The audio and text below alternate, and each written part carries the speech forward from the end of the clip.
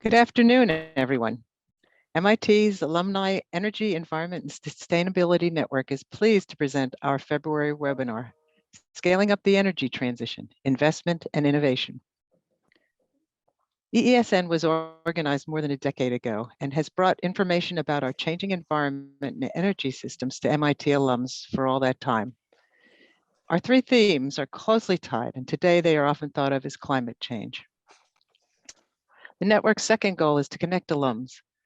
As an engineer, a problem-solving, can-do kind of person, I'd like to think of myself that way. I know that collaboration among MIT alums can be a powerful tool in meeting our third goal for the network, to act and make progress toward a sustainable future.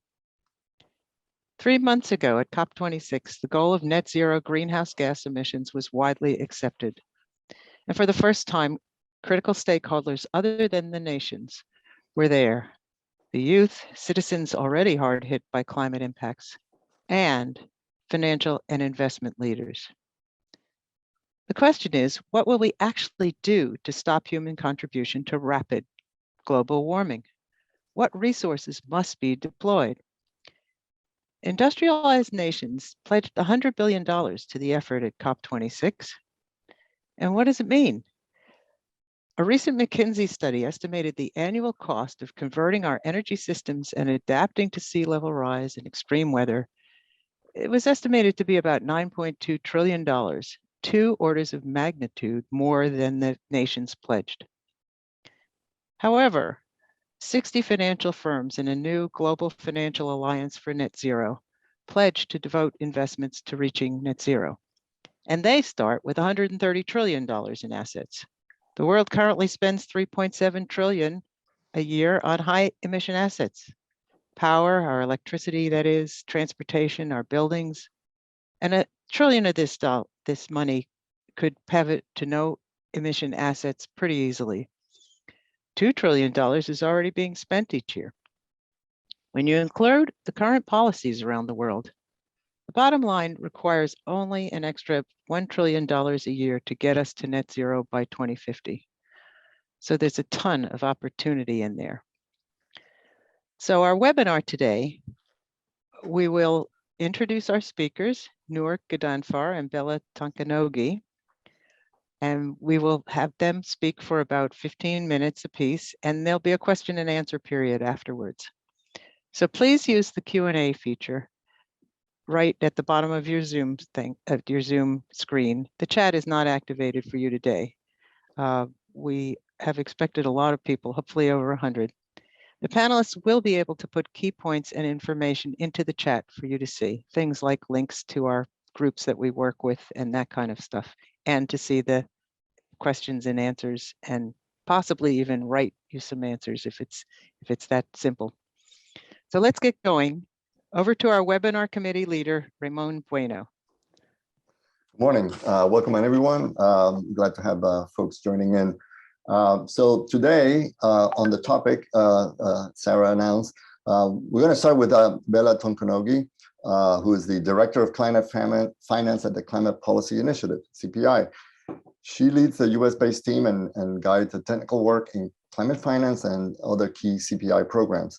These include the city's Climate Finance Leadership Alliance and the Framework for Sustainable Finance Integrity, the first such framework to provide universal guardrails for sustainable finance across major sectors of the global financial system. Bella is also a member of the advisory panel of the Glasgow Financial Alliance for Net Zero, GFANZ. She previously worked at the US Treasury Department on energy and environmental investment policy, and was a staff economist at the US EPA. She holds a BA from the University of California, Berkeley, an MSc from Imperial College, and an MBA from Sloan at MIT from 2015. After that, she'll be followed by Noor Ghadhanfar, who is the Senior Manager of Partnerships at Greentown Labs, the largest climate tech incubator in North America. Hailing from Aleppo, Syria, Noor has lived and worked in Kuwait, in Montreal, Boston, and now Houston is home.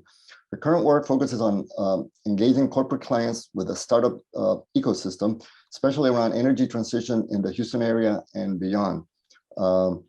Prior to that, she was an urban planner at Asakura Robinson and an internal auditor for PwC, PricewaterhouseCoopers, right? Yes. Prior to that, she graduated from McGill University with a Bachelor of Arts and from MIT with a Master's in City Planning. During her time at MIT, Noor was a member of the Presidential Committee on Race and Diversity. She was one of the founding organizers of the MIT Arab SciTech Conference and was nominated by fellow students to be on the Department of Urban Studies and Planning Student Council. She credits MIT for lighting a spark when it comes to her interest and curiosity around innovation. So we're very lucky to have both of you. And without any further delay, Bella, the screen is yours, as they say.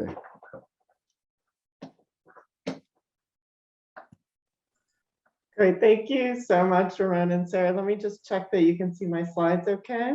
Yes. Great.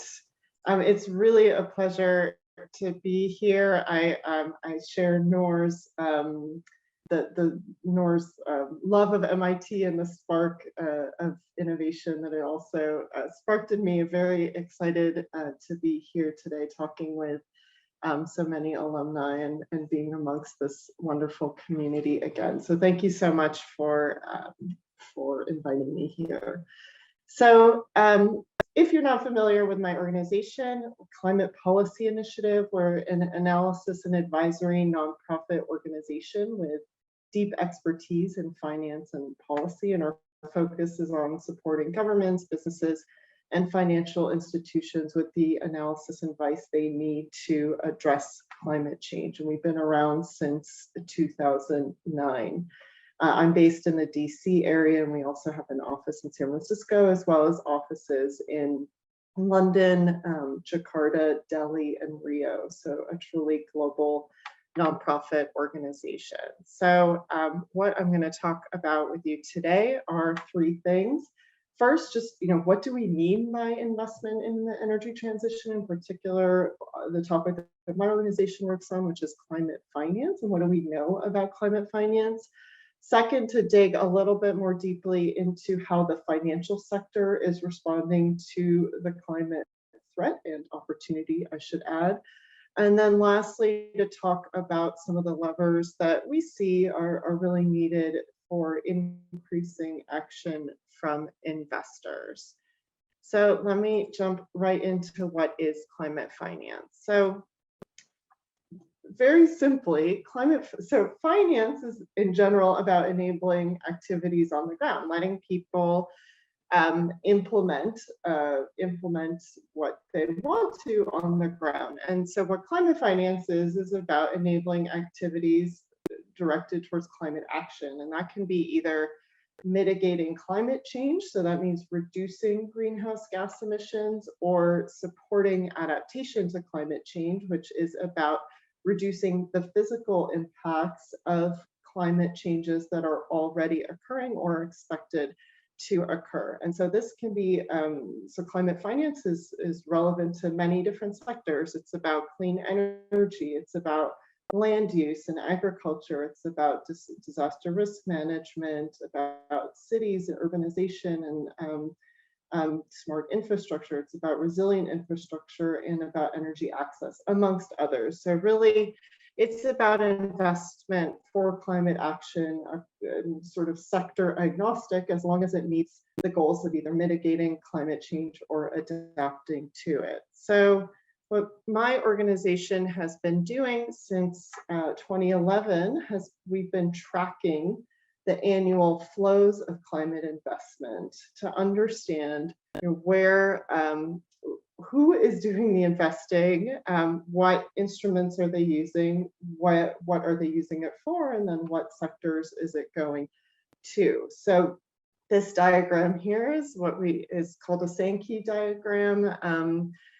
We also call it a spaghetti diagram, which is a little bit more descriptive. And what it shows is that in 2019 and 2020, we counted $632 billion of investment flows annually. We take the annual average of 2019 and 2020. And then the diagram, the full spaghetti diagram, shows kind of the snapshot of climate finance flows through the life cycle. So we look at public and private investment being in orange, public in blue, and really see that it's about 50-50. So we could see a lot of public investment going into climate action, and that is matched by investment from the private sector. We see the instruments used to raise finance then, so debt, equity, we also track grants. The third column shows that the vast majority of investment is going into mitigation rather than adaptation. And then finally, you can see on the right-hand side the main sectors. And and I will just dive into a few of those sectors in a minute. So, so let me just drill down a little bit into these numbers. So, the kind of good story is that climate finance has been increasing. As I said, we started tracking this in 2011. We have, we're almost at double what we were at in 2011. But if you can, as you kind of look at the graph, what we can also see is that the flows have been plateauing in the last few years. So they increased by only 10%. In 2019, 2020 from the previous study, and that is compared to growth rates closer to 25% in prior years. So whereas we should be seeing an acceleration in climate finance, we are starting to see a deceleration in climate finance flows, which is not the direction we want to be going. Just again, going back to the sectors, we also, if you look at renewable energy, the vast majority of the investment is going into solar PV first, and then wind, and predominantly onshore wind second. And then the second biggest sector for mitigation is low carbon transport. It's the second biggest sector, but it's actually the fastest growing with year-on-year growth of 23%. That's mostly been driven by increasing sales in battery electric vehicles. So the electric vehicles we're all seeing out on the roads more, that is translating into much higher investment levels in electric vehicles, and we're starting to see that reflected in our numbers. I would say that other transport investments, in particular rail and public transport, are lagging both sort of in quantity and growth rate as compared to personal vehicles. So then just to give you an overview of where climate finance is happening, it's concentrated in the big investment markets. It's probably not a surprise. US and Canada, Western Europe, East Asia and Pacific, which is mostly China. The other two things to note from this graph, one, the lighter orange color, the domestic, really shows that most investment for climate action, just like most investment period, is raised and spent within domestic territories. So it's really about, leveraging more is really about improving the strength of regulatory frameworks domestically, addressing risk domestically, really helping investors invest more at home, which is where they typically invest. And a lot of the international flows come, one, from foreign direct investment, but also from public financial institutions. Think institutions like the World Bank that are investing abroad, or in the US, we have the US Agency for International Development and the US Development Finance Corporation. I would just put a circle around a few of those economies that really need more investment, that are getting very little of it. These are the developing economies that are growing very quickly, that really have the opportunity to get on green growth pathways, and yet are not kind of getting the investment at the levels they need to actually do that, as they do grow, as they are on sort of steep economic growth curves. Lastly, just on the climate finance data front, just to kind of put these numbers in context, there's still a significant gap between current flows, so that's that little blue rectangle on the bottom left, and what's needed. That was something that Sarah mentioned at the beginning, that there's still this gap in terms of where we need to be and where we are. Those needs numbers are actually notoriously hard to analyze. There's a big range of estimates there. And at the same time, we know that no matter what those estimates are, we still have a big gap to fill. And it's really less about kind of the incremental progress that we've seen over the last 10 years and really about incentivizing and implementing a step change. So let me just give you a little bit of an overview of what we're seeing from the financial sector. And then I'll close with the levers. So just a couple more minutes here. So the first thing on the financial sector is we did see last year, as Sarah mentioned in her opening remarks, a big uptick in climate announcements, and with a particular jump in that orange triangle at the top, which are the mitigation targets. So those are really targets that financial institutions are setting to be net zero by 2050. And as Ramon mentioned, one of the major initiatives that launched last year to really support financial institutions in setting and implementing these kinds of targets is called the Global Finance Alliance for Net Zero, or GFANZ, which serves really as an umbrella coalition for financial institutions. So this launch of GFANZ helped to drive some of the uptick last year, and now they're really focused on how to implement those targets. Now, most of these targets are still set at a very high level.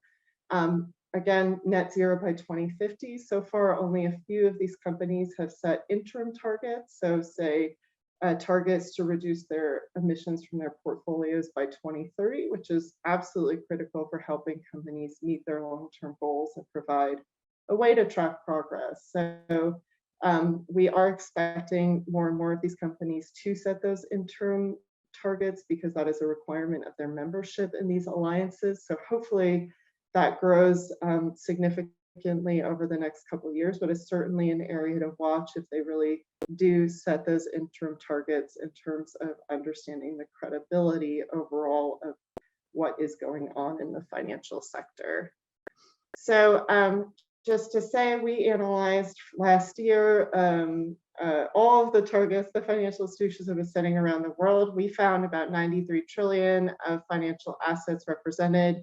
GFANZ has then released a number of 130 trillion. It's a large number no matter what, which one it is. Ours probably wasn't the most up to date because we released it earlier in the fall before the COP.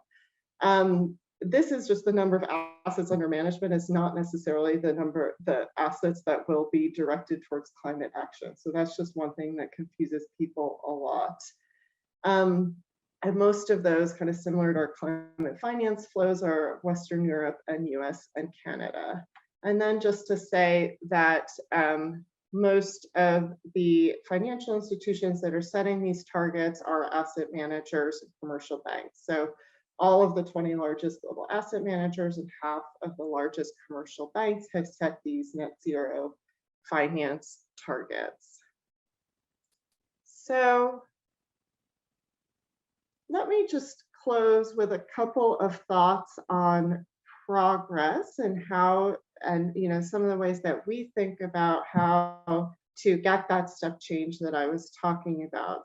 So progress has been positive. But for investment in climate action to really hit the scale and urgency needed, we need to collectively pull some levers to make it possible. And some people ask me, which lever is the most important, et cetera. And I generally just say we just need to be pulling all the levers right now simultaneously. We don't have much time. So there's no silver bullet. Let's do everything. So just to kind of summarize what those levers are, going from the top circle clockwise. So the first is really kind of following on from the previous slides I presented. We need that credible and coordinated, those credible and coordinated net zero commitments that have clear transition plans. And what a transition plan is, it's something that says, this is how we're going to get from where we are today to net zero by 2050, and includes those interim milestones along the way. We need there's a lot kind of underlying that we need, the definitions, the taxonomies, the methods, and those are the kinds of things that GFANZ and other financial alliances are working on. Second, we need to increase finance decisively. It needs to count in the trillions, not billions this decade. Annual renewable energy investment needs to triple, adaptation finance by 5x. So we all need to be working on innovative finance solutions, innovative technology, the way that Noor's organization is doing. We run an initiative called the Global Innovation Lab for Climate Finance, which is an incubator for innovative financial solutions, those kinds of things. Thirdly, we need policy reform to change the risk return profiles of investment, things like carbon pricing, which many of you are probably familiar with, or actions specific to the financial sector, regulatory actions. And then lastly, probably music to most ears of an MIT audience, we really need better data on credible climate action and impact on the ground. So we need better disclosure initiatives, standardized information, and harmonization across the board. So those are the kinds of things that we think about. Really hope that this has been helpful to all of you, just to kind of teasing out what climate finance means. And back over to you, Ramon. Thank you. Thank you. Thank you. Great timing and great framing of the topic. We're going to now proceed with Noor. You take it from here. Perfect. And I just want to make sure all my slides are clear. Yes. Perfect. So thank you so much for having me. I'm very happy to be here, and Sarah and Ramon specifically for coordinating this. My name is Noor Ghadanfar, and as Ramon mentioned, I am the Senior Manager of Partnerships for Greentown Labs. And to complement Bella's insightful presentation, which I know I plan on sharing with our startup members, I'll be looking specifically at how we can scale the energy transition using innovation. And so I want to start off really by quickly talking about a book called The Wizard and the Prophet, written by Charles Mann. And essentially the premise touches upon the impending destruction of our planet. In 40 years, we're estimated to reach a population of 10 billion. And if we continue down the same path we're on, it's detrimental to our planet and subsequently to all of us. And so what should we do about it? The book places people in two camps, the wizards and the prophets. The prophets believe that we need to cut back on consumerism, over farming, overpopulation, and the mantra was cut back or we will all lose. The wizards, on the other hand, had a different mantra, innovate, only in that way can everyone win. That technology and human invention really can overcome these problems. And the book details an almost battle between environmental activism and technical progress. But the way I and many see it is that the answer isn't one or the other. There is much more nuance to that, and it's two sides of the same coin. But I do think that wizards offer slightly more hope about the future. And I get to work with wizards every day at Greentown Labs. And so we are the largest climate tech incubator in North America. And to start, it's important to know that we are a mission-oriented organization. Our mission is to build an inclusive community that convenes, connects, and inspires entrepreneurs and ecosystems to advance climate solutions. We were founded in 2011, and so we celebrated our 10-year anniversary in November. We currently have 2 locations in Somerville and in Houston, over 140,000 square feet of lab, office, and community space, and really have a focus on the climate tech industry and expertise. And so our startups are focused on creating, building, and scaling climate tech with a particular focus on the top 5 GHG emitting sectors: agriculture, buildings, electricity, manufacturing, and transportation. And so this could look like engineering microbes to use CO2 as feedstock, deploying the largest self-producing commercial hydrogen refueling station, or even building and optimizing a robot kitchen.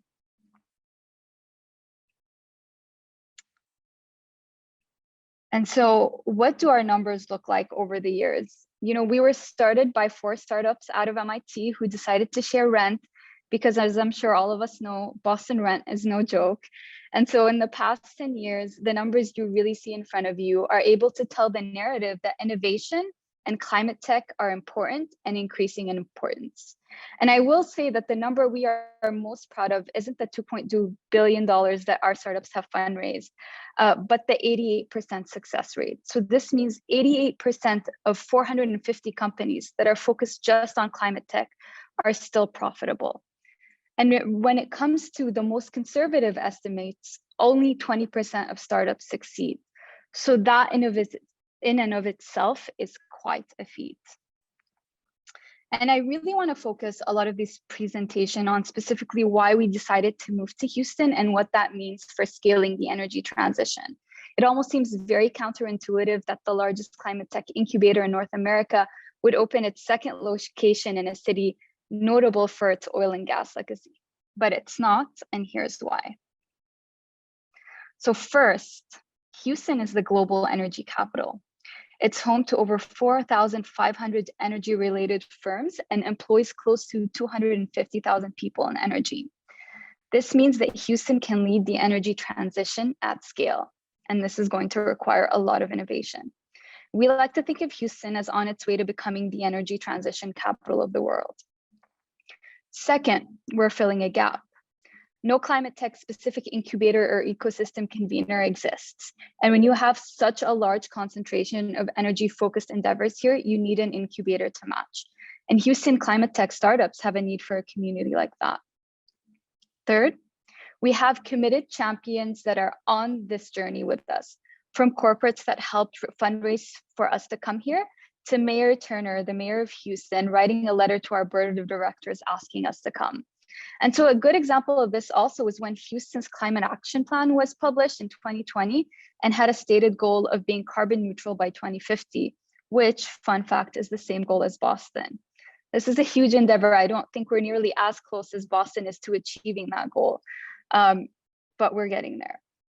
And then finally, the startup ecosystem is burgeoning from a number of world-class universities regionally that feed the entrepreneurial goals of their students into an innovation district in the making. We are in good companies. And really, I don't want to discount the difficulties that exist here, but from what we've seen, the positives outweigh the negatives for sure. And so essentially our mission in Houston is to first build an ecosystem, build the innovation needed to catalyze Houston industries for the future, to foster startups, create the foundation to support the growth of hundreds of climate tech startups in Houston, and to ensure that innovation grows at scale. Identify, develop, and scale innovation needed to lead the global energy transition. And so this is a perfect segue into why a systems approach is needed when we're talking about scaling the energy transition. And so I want to take it back to a paper written by, of course, two MIT professors, Dr. Phil Budden and Professor Fiona Murray. And they developed a framework for understanding why innovation is stronger in some ecosystems than others. And the framework really emphasizes the role of two critical capacities that together serve as the twin engines for innovation ecosystems, and that need to be developed for such ecosystems to thrive. And so this is the entrepreneurship capacity and the innovation capacity, and they rest upon foundational institutions. And then at the ecosystem level, these capacities are often focused around specific areas of comparative advantage, which lead to impact. So for example, Houston's comparative advantage would be energy. Innovation capacity is the capacity of a place or a region or even a nation to develop new to the world or disruptive ideas that take them from inception to impact. In other words, innovation capacity covers not only the development of basic science and research, but also the translation of their solutions into useful products that truly solve the problem. Entrepreneurship capacity, on the other hand, emphasizes the enterprising capacity and business environment for forming new enterprises, from the earliest stages of startup through scale up to full corporate enterprises. And this can support all types of entrepreneurship, and a lot of small and medium businesses stem from this, but the authors specifically focus on those aspects that support the innovation-driven side of entrepreneurship capacity. Oh, whoops, here we go. And so each capacity can be broken down into 5 dimensions: human capital, funding, infrastructure, demand, culture and incentives. So human capital is the appropriate capital in the form of talent with relevant education experience for either innovation or entrepreneurship. So when we're looking at ICAP, this can look like new PhD graduates per capita. When we're looking at ECAP, we're looking at for example, a percent of school grads in post-secondary education. Funding, or risk capital, is a variety of types that support innovation and entrepreneurship at their origin, but also through the journey from idea to impact. So from an ICOP perspective, this looks like R&D expenditure. From an ECAP perspective, it's venture capital availability. Infrastructure is the physical infrastructure that is necessary to support innovation and entrepreneurship at different stages, including space and equipment required for discovery, production, and supply chains. For ICAP, this looks at production process sophistication. For ECAP, this looks like electricity and telephone infrastructure. On the demand side, this is the level and nature of specialized demand for the outputs of the innovation and entrepreneurship capacities, and supplied by different organizations in an ecosystem. So think university industry research collaborations for innovation, and then buyer sophistication for entrepreneurship. And then finally, the cultures and incentives provide the nature of role models and individuals who are celebrated, social norms that shape acceptable career choices, and incentives that shape individual and learned behaviors. So for innovation, this can look like the quality of scientific research institutions. For entrepreneurship, it's attitudes towards entrepreneurial risks. And this really just indicates that no one institution can promote, build, and scale innovation and entrepreneurship. And if we plopped MIT into the heart of Houston and did nothing else, we couldn't scale innovation. And so innovation really thrives when we understand that the specific innovation and entrepreneurial capacities of a place. And to get innovation to scale also requires collaboration and collective impact across a range of stakeholders in the ecosystem and across levels of government. And this reminds me of Bella's, like, we need to pull all the levers, we need to have everybody involved. And so we need the startups and entrepreneurs and those who have the risk capital. We need the corporates, which includes legacy oil and gas companies that are now pivoting and innovating. For government, we know all too well that who's in office can create opportunity or reverse decades of work, especially when it comes to climate. And for universities, I can confidently say that Greentown would not be where it is today without the pipeline we had coming out of MIT. And we're currently working with universities in the region to build their energy and entrepreneurship capability. And then finally, there need to be conveners, ecosystem players who build bridges and bring people together. And oftentimes you'll find individuals or institutions who wear multiple hats. And I just want to end my presentation really with a graph from a report recently released by the Startup Genome on the global clean tech startup ecosystem. And it ranks global clean tech startup ecosystems across 6 factors: performance, funding, startup experience, knowledge, talent, and focus. And zooming into Boston and Houston, which is where our offices are located, we can see that there are still large discrepancies, but the base ingredients are there in both places. And we are lucky to have the experience we have growing in Boston so that we can apply that to customize in Houston as well. Thank you so much.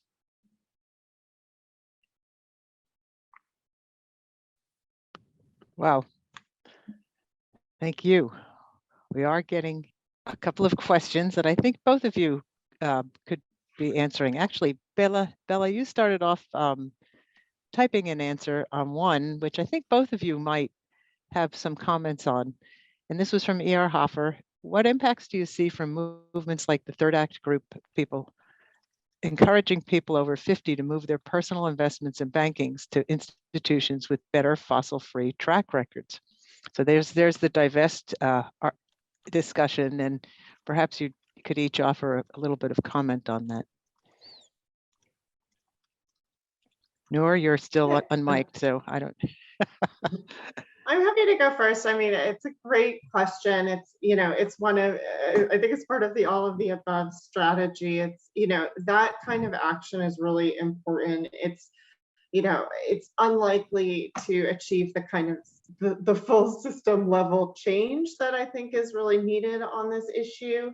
At the same time, it really helps to facilitate that. So that understanding that there is this, a material segment of the population that's willing to kind of vote with their dollars and move their money is really important for financial institutions to say, who compete with each other, to figure out, how can they retain their customers. And I think it also really is helpful for policymakers to to be able to see this and say, you know, okay, like this is something that matters enough to people that they are that they're moving. There's been actually some really nice example of this kind of action influencing commercial banks in particular. There's a big movement in France to highlight the kind of dirtiest banks. There's something called the coal exit list, which is a list of the banks that are still funding coal power. All of those types of actions are incredibly important for pushing on the banks themselves as well as on policymakers. So definitely encourage, if you have those options in your retirement accounts, to go for them. Yeah, I think Bella covered that really well. So Sarah, if there are other questions. Ramon's looking through as well, but Jeff Berner is asking, do any of the financial studies break out climate investment based on categories? For example, how much is startup venture capital? How much is toward proving technology at scale? And how much is toward building out mature technology? It's specific to the so-called valley of death, where it's difficult to fund breakthrough technologies to bring them to where they are affordable at scale.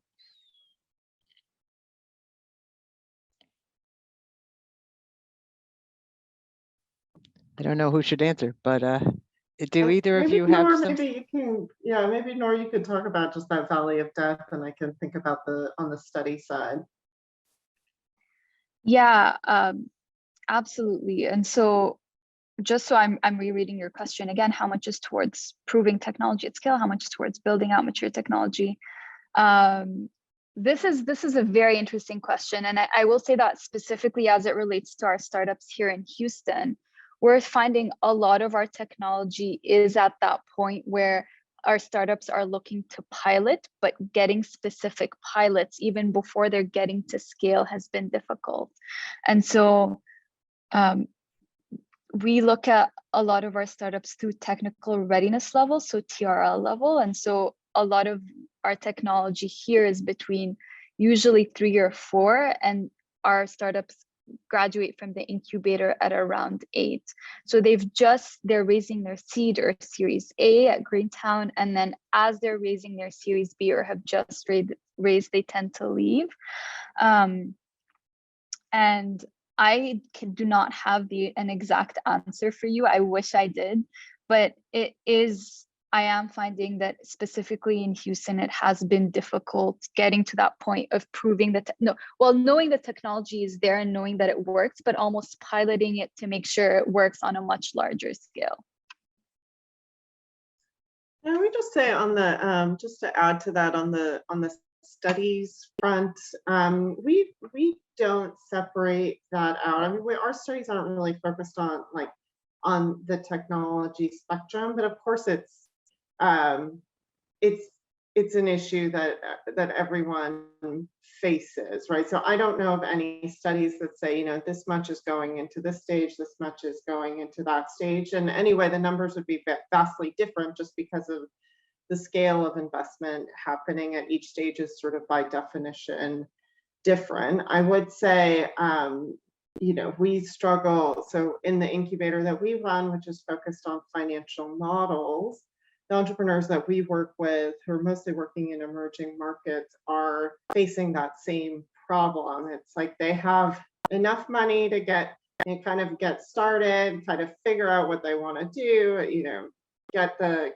model kind of developed, but when it comes to actually piloting it and seeing whether it works and paying their salaries to make sure they can still feed their families to see if it works, then that's where it gets really hard to find the money, because it's too big for most grant makers and too small for most investors who are looking for much bigger tickets and lower risk. So I've heard that a lot.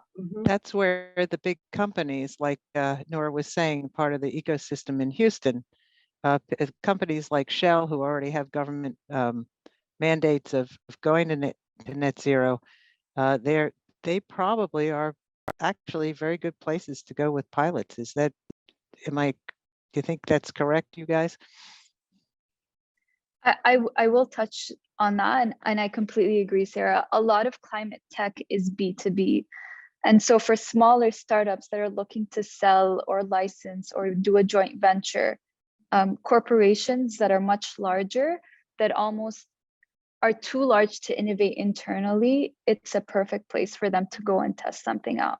And from what we've seen here is a lot of our corporate partners are very, very willing, and they will run their own accelerator programs. And, you know, Shell has Game Changers, and Chevron has an internal accelerator program. And so a lot of these larger companies are realizing that not just the market is changing, but people's sentiments are changing as well. And that, of course, affects how they decide to react to that. And so, yes, completely agree with you.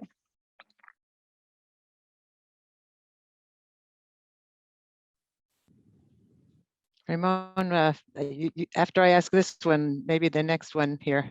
William Lull has asked about analyzing ventures in technology based on shifting to electricity without considering where the electricity comes from. Is that how I'm do you happy to evaluate that? jump in. Yeah, I mean, I'm happy to jump in there. So, you know, it's something, it's important, obviously, because, you know, say, for example, an electric vehicle today running on a grid that is not 100% renewable, there are emissions in that life cycle, right? And from what I understand, that EVs are still kind of more they're still more efficient than the alternative in terms of emissions, but it's an important point to make. I think what we are trying to incentivize is that at the same time, the grid itself is getting cleaner and cleaner, which is happening in many jurisdictions, especially as renewable energy costs are plummeting in comparison to the alternatives. So I would just say, you know, it's sort of like a think long-term thing, you know, that we need to kind of develop the technologies and electrify everything on the assumption that renewable energy is going to continue to increase capacity within the US, within other countries, which it is doing. Nora, I don't know if you want to add anything to that. There's a comment and a question. Excellent presentations from both of you. It says, as a diehard, and this is from MIT Sloan 15, whoever that might be. As a diehard entrepreneur, I can tell you the capital raise for a startup is still hard. The financial institutions tend to fund low risk, high reward projects. In your opinion, what is the best funding target for initial funding leading to Series A round? Now, I would just add to that maybe that, you know, in light of that, seeking low risk, high finance, I wonder if you can comment on the increasing priority given in certain financial, you know, regulatory bodies about assessing the climate risk to finance itself, you know, so it's not just like, you know, overall, let's keep the risk profile low, but, you know, the fact that the climate itself is creating is becoming a risk factor as well. But if you can address the question, it'd be great. I can quickly just touch a little bit on this and then pass it on to Bella. Yes, low risk, high reward projects is preferable. But again, I think looking at the externality of the climate impact and adding that into consideration is really important. I'm currently reading Speed and Scale. I don't have the author's name on the top of my head, but I will drop it in the chat afterwards. But essentially, it's talking about how we need to amp up climate speed and like climate innovation and climate investment at a speed and scale we haven't seen before. And part of that is really just making sure that we see the externality and knowing that you're playing a much longer game than you would in a more traditional investment. But I think, Bella, you would have better insights on that than I would.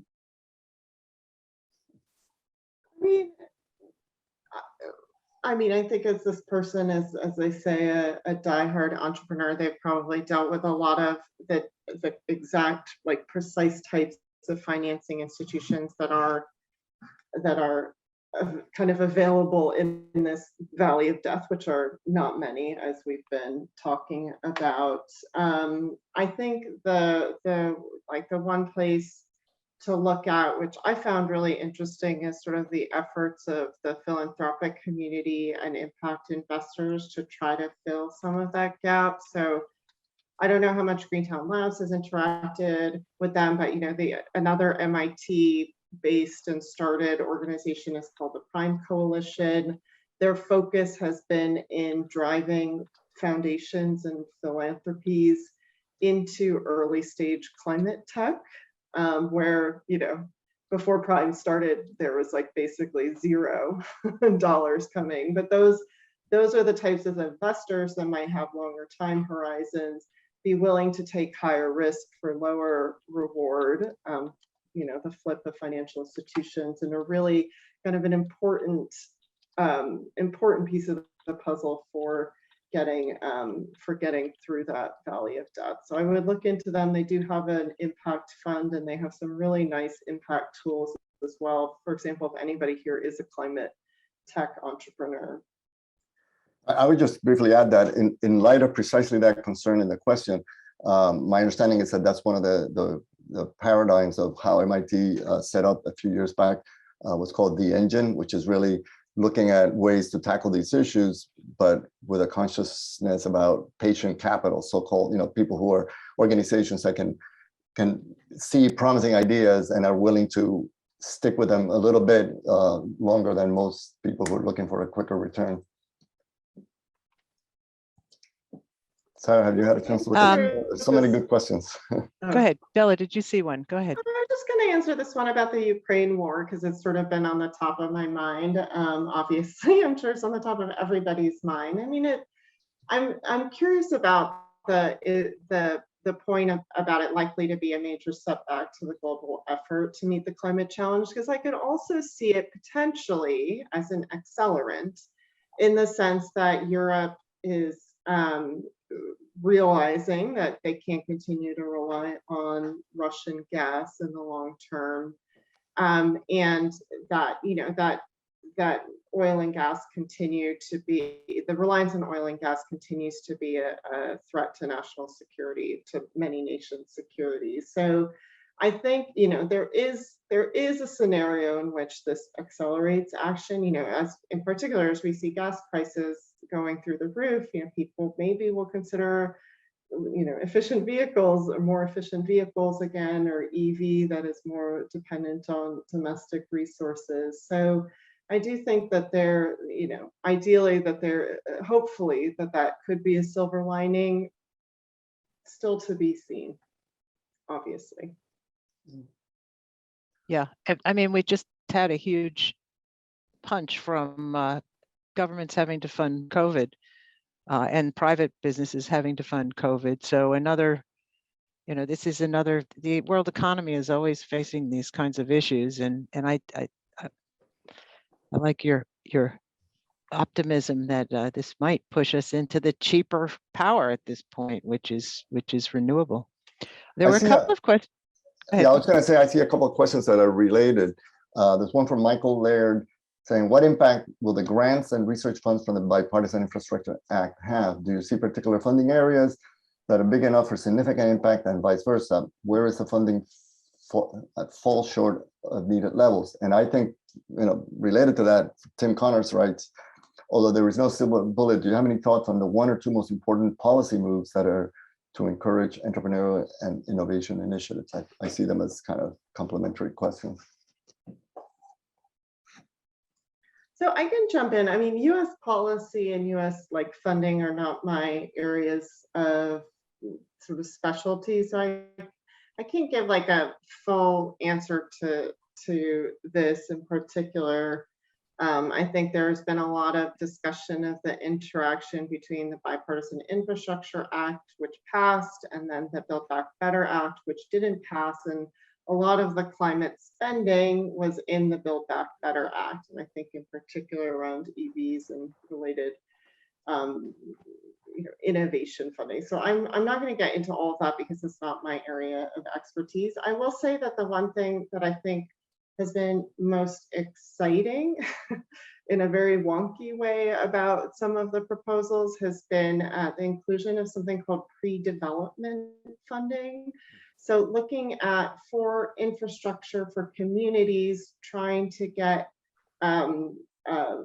projects in their communities implemented that are climate friendly, et cetera. One of the big constraints to doing that is to actually have funding to figure out, to do the feasibility studies, to do the environmental impact studies, to figure out how this will actually work, to do the stakeholder consultation. And so there has been more and more effort and focus put on kind of getting that right so that you can get the models ready and actually develop investable projects or projects that could even receive grants from the US government. So I think that was one thing that I found exciting in a maybe wonky way. And then secondly, something that was in the Build Back Better Act that maybe we'll see a reincarnation as sort of a national accelerator for clean energy investments. So something like the green banks that have been popping up at the state level, but to do that more at a national level and really use not just US federal grants, but use different investment types like loan guarantees or equity investments, those kinds of things to actually invest directly in communities. So I hope that that one comes back as well, though obviously the policy context is a little bit challenging right now. There were a couple of questions in here specifically about the innovation encouragement and the incubators. And Stephen asked about whether the startups between the two locations seem to be different, really different. And then there was also a question about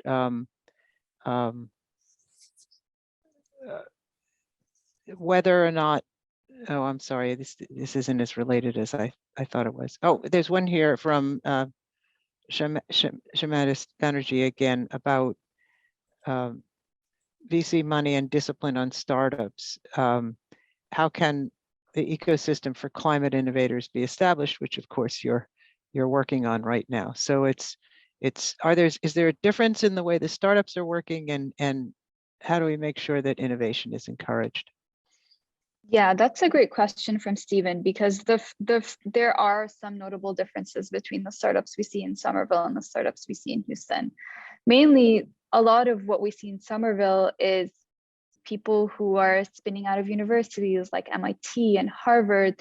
They have just finished their PhD and are turning their thesis into a full-time job and turning their idea into a business.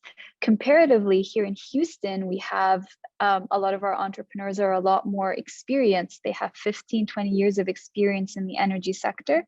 And our CEO, Emily Reichert, likes to call them energy refugees. And so they come to Greentown and they sort of, switch paths. They've seen a gap in the market. They understand really well upstream, downstream, what's needed.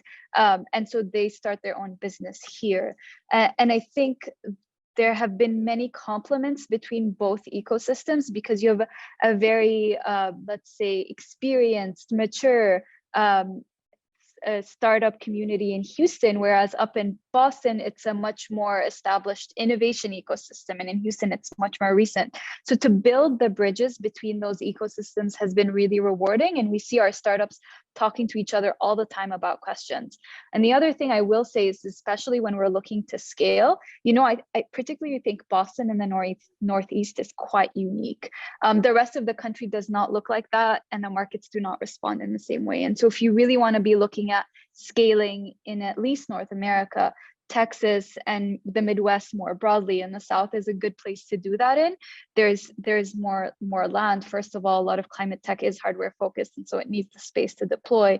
And at the same time, it's just completely different. And so having us being located here is, I think, one of the greatest avenues. And with regards to the VC innovator ecosystem question, I think being connected as a convener, Greentown Labs, we have investor series, speaker series programs.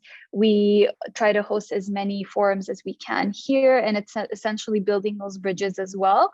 But Bella, I don't know if you want to add anything specific when it comes to finance and ecosystem. It's really just keeping everybody engaged and connected and building on the momentum that exists.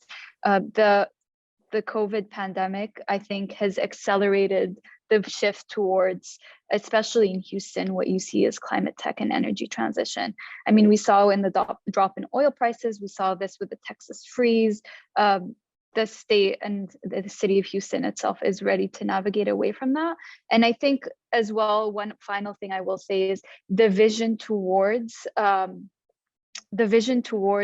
noting that we have 250,000 people employed in energy and mostly in oil and gas. And in 50 years, those people might not have jobs. We need to start investing today. And so calling everyone at the table to ensure that they are all a part of this energy transition as well. And there's room for everyone here, I think is a big key theme of what Greentown likes to put across. One question that I thought about when I was listening to the presentations and during the discussion has to do with human capital, human capacity, and and I'm curious from your observations with the finance and capital world in this regard, in every sector, whether it's contractors or anything, in any field, there's an issue of who was trained when and when they had their experience. And oftentimes in many organizations, the bulk of the human skills that are available are people who've been doing something, they know it very well, but may not be equally comfortable with what's ahead. I mean, these are particularly, anybody who's followed in any degree of closeness, the trends and just alone in energy technologies in the last 5-10 years, things that were pie in the sky 10 years ago are now, solar and wind being cheaper than other things and all that. So have you found that, maybe not so much Noor, because by definition, the people you're dealing with are looking at the cutting edge. And I have to just interrupt and just say, I have to hop off. I actually have an ocean-based carbon capture roundtable that's running in 3 minutes. And so again, really interesting stuff happening at Greentown. If you want to find out more, I think I dropped my email in the list. But thank you so much, Bella. It was so informative to talk to you, and hopefully our paths will cross soon. Thanks, everyone. Thank you for being here. So that leaves you then. Bella, and I thought that it might be more relevant for you because of the nature of what she does. But is that something that you come across when you look at who's doing what in the finance world, focusing on the climate challenge ahead? Do you find a difference in certain organizations that's basically just insufficient skills up to the challenge of the moment looking forward?